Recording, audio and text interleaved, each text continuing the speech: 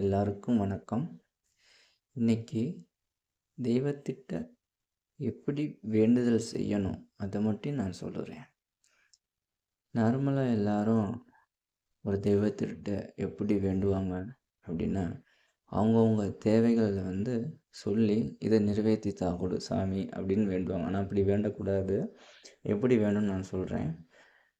ஒரு தெய்வத்திட்ட போய் நிற்கிறேன் அப்படின்னா, அந்த தெய்வமே எனக்கு வேணும் அப்படின்னு வேண்டும். இப்போ நான் எப்படி சொல்கிறேன் அப்படின்னா, இப்போ நான் என் தாய் காளியை வணங்குறேன் அப்படின்னா, அம்மா நீங்கள் தான் எனக்கு வேணும், நீங்கள் எனக்குள்ளேயே இருக்கணும், என் கூடயே இருக்கணும்.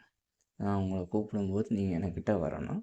எனக்கு ஏதாவது தெரியாத போது நான் கேட்கும்போது எனக்கு பதில் பேசுங்க, என்கிட்ட சொல்லுங்கள், எனக்கு அதை சொல்லி காட்டுங்க, கற்றுக் கொடுங்க. இந்த மாதிரியே வேண்டுதல் செய்யணும். அப்போ தான் அந்த தெய்வம் உங்கள் கூட உங்களுக்கும் அந்த தெய்வத்துக்கும் ஒரு இருப்பு எப்பயுமே இருக்கும். உங்களை விட்டு விலகாது.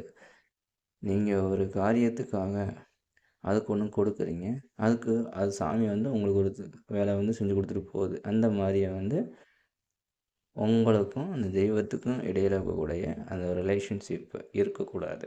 எப்படி இருக்கணும் அப்படின்னா, பிள்ளை தாய் அந்த மாதிரியே ஒரு இணைப்போடு இருக்கணும். வெறும் காரியம் நடக்கிறதுக்கு மட்டும் தெய்வத்திட்ட போய் நிற்கக்கூடாது. இந்த தெய்வம் நம்மளுடைய ஒரு உறவாக, ஒரு அம்மாவாக, நம்ம குடும்பத்தில் ஒரு ஆளாக, நம்ம கூட இருக்க ஒரு ஆளாக அப்படி எப்பயுமே பழகி வச்சுக்கிட்டோம் அப்படின்னா அந்த தெய்வம் எப்பயுமே நம்மளை விட்டு விலகாது. சரிங்களா? நன்றி.